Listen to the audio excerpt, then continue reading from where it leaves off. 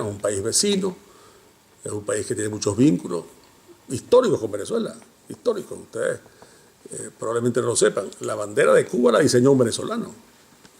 Y en el Congreso que declaró la independencia de Venezuela estaba un habanero. Eso es lo más... La relación es antiquísima y muy fluida entre ambos países. Ahora, esa relación ha crecido mucho en estos años en medio de la, vamos a llamarla así como la llaman, pues de solidaridad revolucionaria, y hay distintos puntos de factores de cooperación muy amplios y muy variados. Uno de ellos ha sido la presencia cubana en el ejército, en la Fuerza Armada. Esa para nosotros no debe continuar. Entonces, eso es una presencia que es innecesaria y que crea mucho más problemas que beneficios y que no es del agrado de los militares venezolanos. No es cómodo para los militares venezolanos. Nosotros pensamos que en la Fuerza Armada no tiene por qué haber presencia extranjera. A la Fuerza Armada, nuestra política hacia la Fuerza Armada está en el artículo 328 de la Constitución. Vamos a respetar su profesionalidad, respetar su jerarquía, respetar su independencia. Y pensamos que la política del actual gobierno de militarizar la política y politizar a la Fuerza Armada ha sido mala para la Fuerza Armada y mala para el país.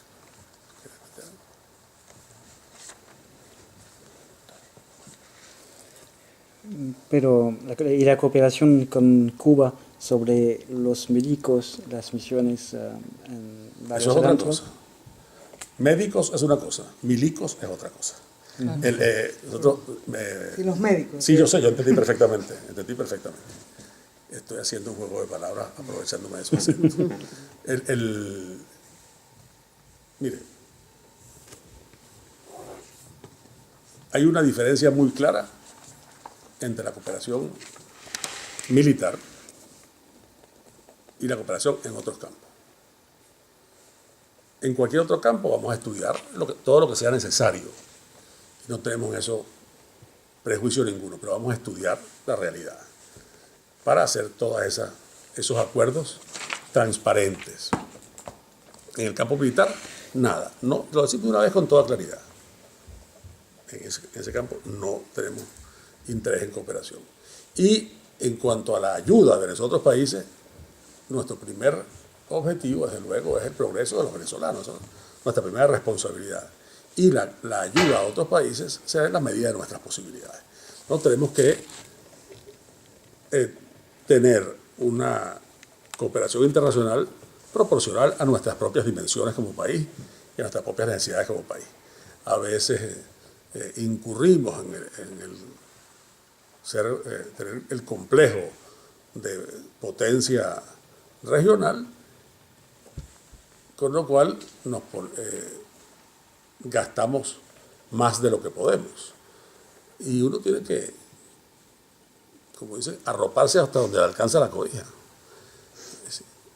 Habiendo tantos problemas en Venezuela, tenemos una prioridad que atender, que son los problemas en Venezuela. Y estaremos siempre, como siempre ha estado Venezuela, en su historia, dispuesta a la cooperación, sobre todo en primer lugar con nuestros hermanos latinoamericanos, pero en el marco de nuestras posibilidades reales.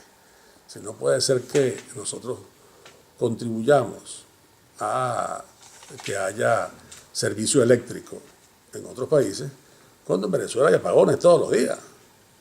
El servicio eléctrico no tiene inversión, está cada vez peor. Así, luce irónico a los venezolanos que nosotros asfaltemos carreteras en otras partes, mientras en Venezuela la vialidad no sirve. Nuestra primera cooperación en nuestro continente es ser una democracia que atienda con respeto a sus ciudadanos, que es algo que hace mucha falta en nuestra región. ¿Quiere decir que se va a acabar con una política como Petrocaribe y todo? Ah. Pues mire, hay que revisarlo de acuerdo a nuestras necesidades. Y una política como Petrocaribe tiene una serie de ventajas y tiene que aplicarse en su conjunto. Hubo el acuerdo de San José durante muchos años. recordemos eso, el acuerdo entre Venezuela y México, que tenía un tratamiento especial para los países de la región, con unas condiciones, una parte de la factura para dedicarla en créditos blandos a ayuda al desarrollo. Así que Venezuela tiene una historia en eso, una larga historia en eso.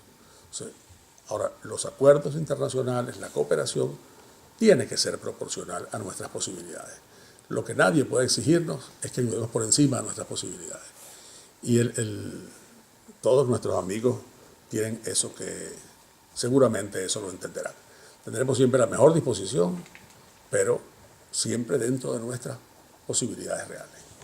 O sea, que están cuestionando el ALBA en general, ¿o no? Tan pronto lo comprendamos. ¿Por qué? Porque el ALBA, ¿qué es? Nuestra situación fíjese usted, que nuestra situación es muy peculiar. Nosotros acabamos de entrar a Mercosur finalmente, de un modo que un poco raro, pero nos salimos de la comunidad andina sin haberlo discutido en Venezuela. Entramos a Mercosur sin haberlo discutido en Venezuela. La realidad es que nosotros para el comercio exterior estamos hoy en una posición muy débil, porque al disminuir la producción en Venezuela ha ocurrido que han disminuido las exportaciones. Nosotros, ponga usted el caso de Francia, tenemos un intercambio comercial pequeño, de 600 y tantos millones. Nosotros le vendemos a Francia un poquito más, pero ¿le vendemos qué? Petróleo. Compramos farmacéuticos, compramos una cantidad de cosas. Nos pasa así también en América Latina. Nosotros hoy en día lo único que tenemos para exportar es petróleo, porque se ha destruido el aparato productivo nacional. O sea, entramos a la integración después de haber roto con la política de varias décadas de la integración andina. Hemos entrado a la integración en el Mercosur, pero con muy poco que ofrecer, salvo petróleo. Entonces, tenemos nosotros que hacer un esfuerzo muy grande por mejorar la competitividad de la economía venezolana, la industria venezolana, para poder participar activamente y hacer aportes. Si no, lo que vamos a tener es solamente un aumento de las importaciones y muy poca exportaciones venezolanas. Por ejemplo, vea usted con el Brasil. En 1998, nosotros le vendíamos a Brasil 2.000 millones de dólares al año y compramos en Brasil 1.800 millones de dólares al año. Hoy en día le vendemos a Brasil 1.800 millones, básicamente hidrocarburos, e importamos 5.000 millones. Ahora, ha crecido lo que le compramos a Brasil. No ha crecido lo que nosotros le vendemos a Brasil, porque producimos menos, es la verdad. Eso no es culpa de Brasil, es culpa de nosotros. Ahora, una política de integración supone, para que tenga beneficios para el país, que el país esté en condiciones. Ustedes que están en Europa lo saben, ustedes defienden a sus productores agrícolas, tienen constantemente negociaciones muy complicadas por el tema de la pesca, porque la integración no es nada más una cosa de discurso o de propósitos políticos. La integración es un proceso que tiene que favorecer a los pueblos. Si no favorece a los pueblos, es una cosa nada más de discursos de los políticos. ¿Significa que habría que parar el proceso de integración o imponer medidas proteccionistas en Venezuela? Significa que tenemos que actuar con realismo, para que nuestra contribución a la integración no sea solamente como proveedor de energía, que en Venezuela es un negocio del Estado. Y las políticas del Estado tienen que favorecer a toda la sociedad, no solo favorecer al Estado. No puede... Es que se puede producir muchas cosas en Venezuela, no es un desierto. Así es, pero eso es otra cosa. Entonces, a lo que me refiero es que nosotros tenemos que fortalecer nuestro propio aparato productivo de tal manera de poder beneficiarnos como corresponde de la integración. Es decir, lo que no se puede hacer es una política que esté ajena al interés de los ciudadanos de tu país. Porque la responsabilidad primera del gobierno de un país es atender a sus ciudadanos. Sí, Ahmadinejad, ¿en dónde queda con ustedes? Ahmadinejad, por cierto, que bueno, ciertamente no es del ALBA. Pero ese es un asunto interesante, porque el señor presidente, el actual presidente de la República, extiende unos certificados de fraternidad. Y de manera que ese es nuestro hermano Ahmadinejad. Por cierto que tiene un curioso sentido de la selección, porque nuestro hermano es Ahmadinejad, nuestro hermano es Lukashenko, nuestro hermano era Gaddafi, es Hafez el-Assad, Bashar el-Assad, es nuestro hermano, que debería ser más bien nuestro sobrino, porque es hijo de nuestro hermano Assad, el anterior. Pero el sentido de selección que tiene el presidente para sus fraternidades es pues discutible, ¿no? Mire usted, a Saddam Hussein también era hermano de él, y por lo tanto hermano de todos nosotros. Por cierto que eso hay una extraña reciprocidad. Así como el presidente había nombrado hermano suyo a Gaddafi, en Libia le dieron al presidente el premio Gaddafi de los derechos humanos, que no es una ironía, es el premio, existe un premio Gaddafi a los derechos humanos, que es como si hubieran hecho un premio Bush al derecho internacional público, o un premio Hitler a la igualdad entre las razas. Pues entonces,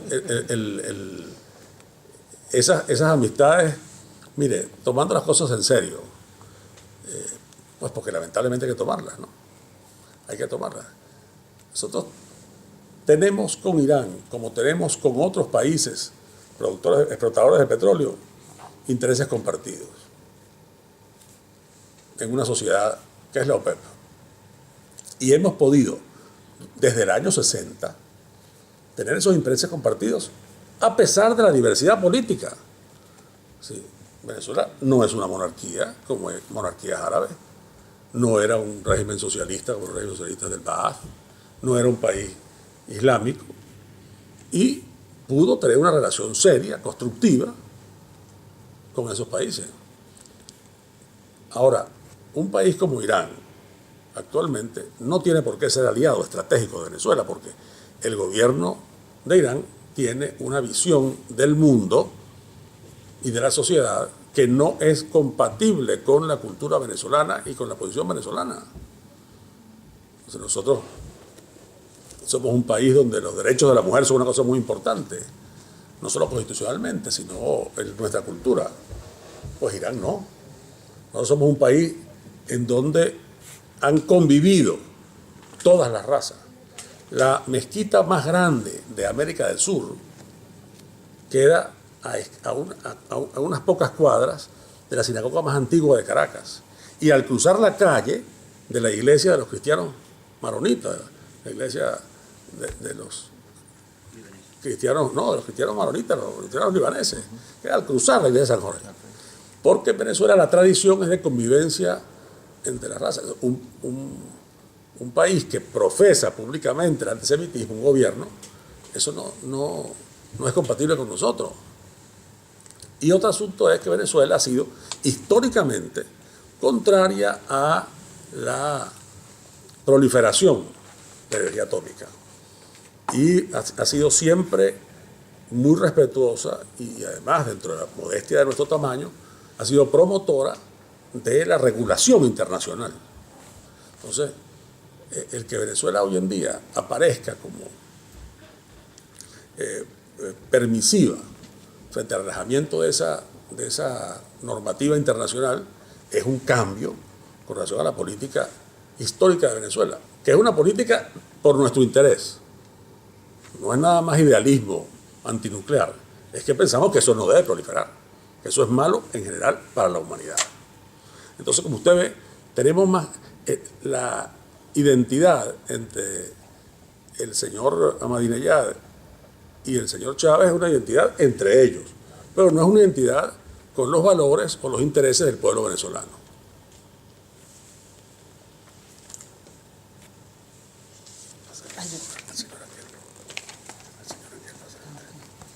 Yo quería una cuestión política sobre la MUD, para que Sí, ahorita la pregunta es alto para que todos sepan. Pero deja que pregunten ellos, porque eso es lo interés que pregunten. No, no, Tenía una pregunta sobre el sector petróleo. Adelante. Usted explicó que es un sector del Estado, ¿no? Y el presidente electo de México, Peña Nieto, habla de abrir el sector petróleo al privado para mejorar la productividad. ¿Se puede imaginar algo parecido en Venezuela? Con gusto le respondo la pregunta. Fíjese usted, en Venezuela tenemos modalidades, inclusive en este gobierno.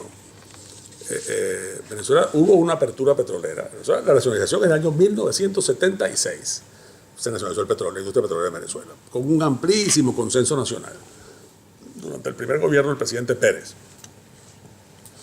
Pero una gran discusión, un gran consenso nacional. En el marco de las posibilidades que la industria nacionalizada daba, hubo la apertura petrolera en los 90s, que este gobierno cambió por otra política de asociación, y tenemos asociaciones estratégicas con empresas chinas, empresas francesas. Allá está Total, está en Venezuela, trabajando en la operación petrolera. De manera que tenemos eso, ya tenemos eso. Nosotros, que somos partidarios de mantener la propiedad del petróleo de Venezuela en el Estado, como ha sido desde el 76, también somos partidarios de buscar la mayor cantidad de socios, porque preferimos tener socios que acreedores. Hay gente que le gusta tener más acreedores que socios. Nosotros no, nosotros preferimos tener socios que acreedores. Por lo tanto, gente que venga a poner plata y a poner conocimiento, a poner tecnología. Y como pensamos usar el petróleo como palanca para el desarrollo, para la producción de empleos en Venezuela, hoy el petróleo sirve para generar empleos fuera del país. ¿A qué me refiero? El gobierno usa el petróleo para financiar sus importaciones. Es muy famoso en los programas sociales, pero mucho más se gastan en importaciones que en programas sociales. Mucho más, mucho más. Venezuela, las importaciones de Venezuela son un cuarto del total de las importaciones de América Latina, solo las de Venezuela. Nosotros esperamos usar el petróleo para fomentar el empleo en Venezuela, para fomentar la agricultura, para fomentar la industria, para fomentar el turismo, para fomentar el empleo en Venezuela. Y para eso necesitamos que se produzca mucho y que se produzca bien, que seamos muy eficientes en nuestra industria petrolera. Y para eso hay que invertir en exploración e invertir en producción, que no estamos invirtiendo lo suficiente. Y esa inversión requiere, por supuesto, recursos, que hoy en día, por cierto, faltan. Petróleos de Venezuela se endeuda para más o menos llevar su operación, porque a Petróleos de Venezuela se le ha puesto a hacer muchas otras cosas. Entonces, en lugar de endeudarnos, preferimos aprovechar lo que la ley actual permite. No tenemos que reformar ninguna ley. Aprovechar inversiones y además de eso, tecnología extranjera. La situación de México es diferente, como ustedes saben. Una de las metas del presidente Calderón fue reformar Pemex y reformar el sector, y no se pudo. No se pudo porque precisamente el PRI era contrario. Ahora el PRI ha cambiado de posición. Ya, por cierto, el PAN ha dicho que apoyaría la reforma, por lo tanto habrá la reforma en el sector petrolero mexicano, que hay consenso en México de que hace mucha falta y que ahora será posible. Pero esa reforma ya la hubo en Venezuela. Otro asunto que es muy importante es hacer nosotros lo que hicieron los brasileños y lo que hicieron los colombianos en el petróleo, que es crear una agencia de energía autónoma, que no es el ministerio, y menos ahora que el ministro es también presidente de PDVSA. Una agencia autónoma para regulación general, cuantificación de reservas, y regulación general del sector. Eso ha dado muy buenos resultados en Brasil y muy buenos resultados en Colombia. Y nosotros no hay motivo para que no hagamos algo similar en Venezuela. así el futuro presidente de PDVSA no será el ministro, será independiente. Es preferible, pero eso depende de lo que, la transición que hay que hacer. Porque, fíjense ustedes, muchas cosas hay la gradualidad de los cambios disminuye el trauma que pueden producir. Y hay que procurar que los cambios sean graduales, que sean para evitar la inestabilidad. Pero, así que lo normal es que el presidente de PDVSA no sea el ministro de Energía y Petróleo. Esto ha sido una excepción, esto que ha pasado. Ni siquiera a comienzos de este gobierno era así. Pero a lo que me refiero es a la creación de una agencia independiente. Una agencia independiente del Ejecutivo, una agencia estatal, independencia del Ejecutivo, que regula el sector en su conjunto y va guiando los desarrollos. Y eso, como le digo, ha dado muy buen resultado en Brasil y ha dado muy buen resultado en Colombia. Sobre el asunto de las misiones, hay un discurso que hay que aclarecer, que es, se dice en la MUD que las misiones se gasta mucho dinero, en el mismo tiempo se dice que no van a cambiar las misiones porque es bueno la política social. Hay una contradicción entre las dos palabras. ¿No? Con mucho gusto se lo aclaro. Lo que hemos dicho es que las misiones las vamos a mantener, que no van a desaparecer. El discurso, la propaganda de este gobierno de que las misiones desaparecerían si el presidente no estuviera, esa personalización de las misiones es lo que disputamos. Las misiones son programas del Estado, no de una persona. Eso hay que tratarlos como tales. Por eso hemos presentado un proyecto de ley. Así que eso no es misterio. Está presentado un proyecto de ley para regularlas, para institucionalizarlas, para darles permanencia, para evitar su dependencia de una persona y evitar su dependencia de un partido político. Ahora, por supuesto, nosotros lo que queremos es que en las misiones hay que gastar lo que sea necesario, pero gastarlo bien, gastarlo ordenadamente, gastarlo de un modo auditable. Sí. En realidad nadie sabe cuánto se gasta, ni siquiera el presidente, y nadie sabe cómo se gasta. La Contraloría no tiene la mano allí. No es un gasto que tenga la supervisión normal de todo gasto público. Y donde hay desorden, y donde no hay vigilancia, hay corrupción. Hay corrupción. Y eso hay que, desde luego, evitarlo. Porque en la medida en que disminuya la corrupción, quedarán más recursos de verdad para la gente. Y el otro asunto en el que insistimos nosotros es que las misiones no son una solución.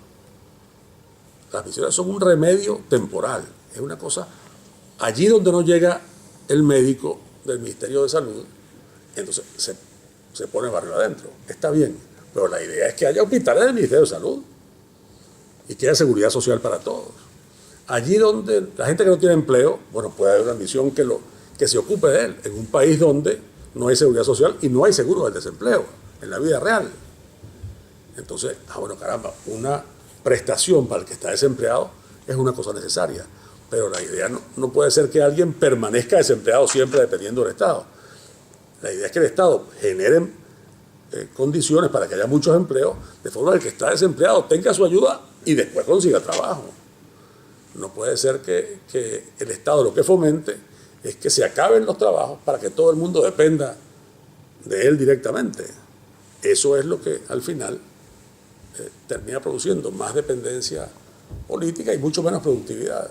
Por eso es que yo insistimos nosotros en que hay que usar el ingreso petrolero cuantioso para producir empleo en Venezuela. Hoy en día lo estamos usando para producir empleos en el exterior porque tenemos lo único que ha crecido de verdad, aparte de los homicidios, son las importaciones. Pero si los homicidios han crecido, es una pena. Es una pena, por cierto. Y también la impunidad. Nosotros tenemos 4 veces los homicidios que teníamos antes y la mitad de las condenas. La mitad de la sentencia. Según el Ministerio Público, la Oficina del Fiscal de la Nación, es 84% la impunidad de homicidios. 84%. Por cierto, que 91% en materia de delincuencia en general. Y de hablar de la seguridad en Venezuela, que es una preocupación grande de los venezolanos, ¿cuál es la política que promueve la MUD? Bueno, lo primero es que el presidente asuma personalmente el liderazgo de la solución de ese problema. Nosotros tenemos lo que es el principal problema para los venezolanos, debe ser el principal problema para el gobierno. Eso no ha sido así en este tiempo. Este gobierno ha tenido 19 o 20 planes distintos, pero ninguno lo pone en práctica porque no le da importancia. Después de eso, trabajar en 4 frentes. En el frente de la prevención, con un conjunto de políticas dedicadas a eso. Políticas que van desde la educación, la cultura y el deporte, hasta el fortalecimiento de la policía preventiva. Tenemos muchísimo menos agentes muy mal preparados y mal pagados en la policía preventiva, porque que es de los estados y municipios, pero como el gobierno no coordina con los estados y municipios, porque tiene una misión de pensado centralista de la administración, entonces se debilitan mucho. Una política dirigida a la justicia, para fortalecer la justicia, la independencia judicial, para aumentar el número de jueces, para aumentar el número de fiscales del Ministerio Público, de forma de procesar. Una política dirigida a las prisiones, para también modernizarlas, construir más prisiones. Hoy en día tenemos casi el cuádruple de prisioneros de los que caben en los establecimientos, hacinamiento exagerado, un desorden terrible y, por supuesto, un apoyo a la policía de investigaciones, a la policía judicial, a la policía científica, que trabaja en condiciones muy precarias.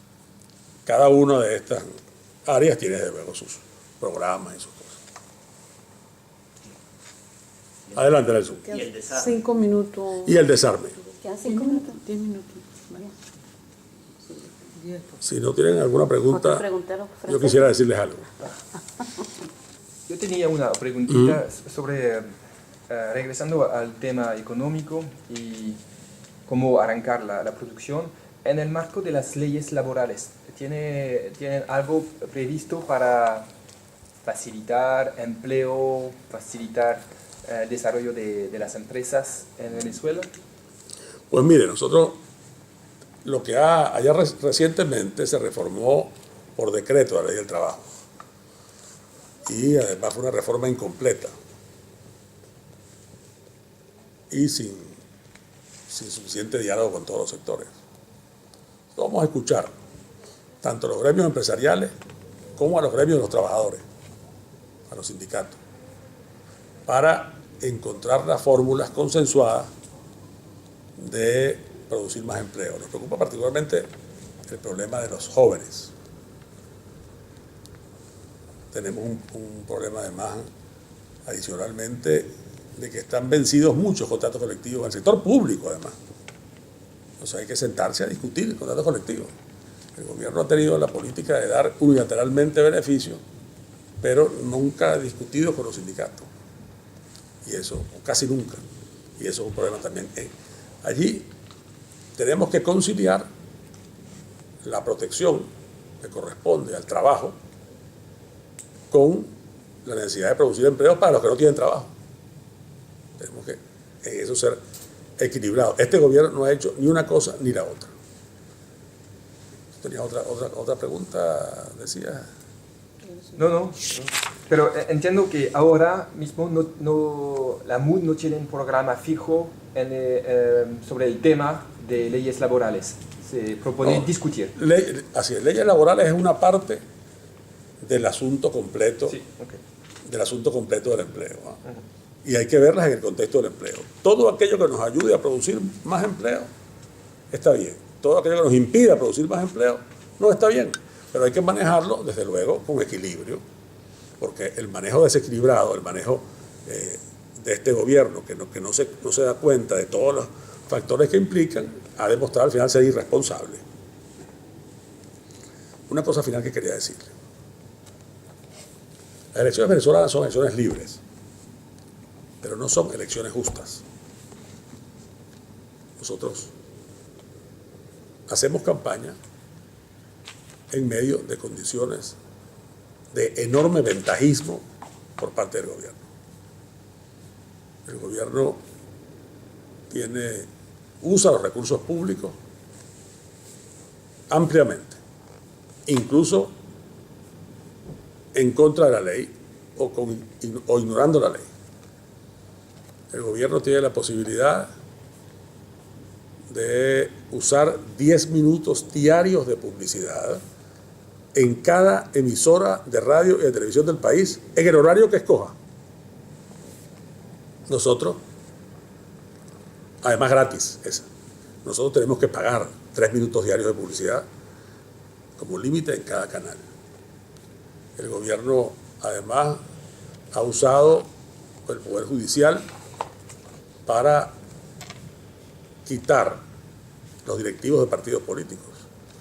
Ocurrió con Podemos y ocurrió con Patria para Todos, dos partidos que apoyaban al presidente Chávez, que disintieron de la línea del gobierno cuando el gobierno se apartó de la Constitución, según la óptica de ellos, y forman parte de la unidad.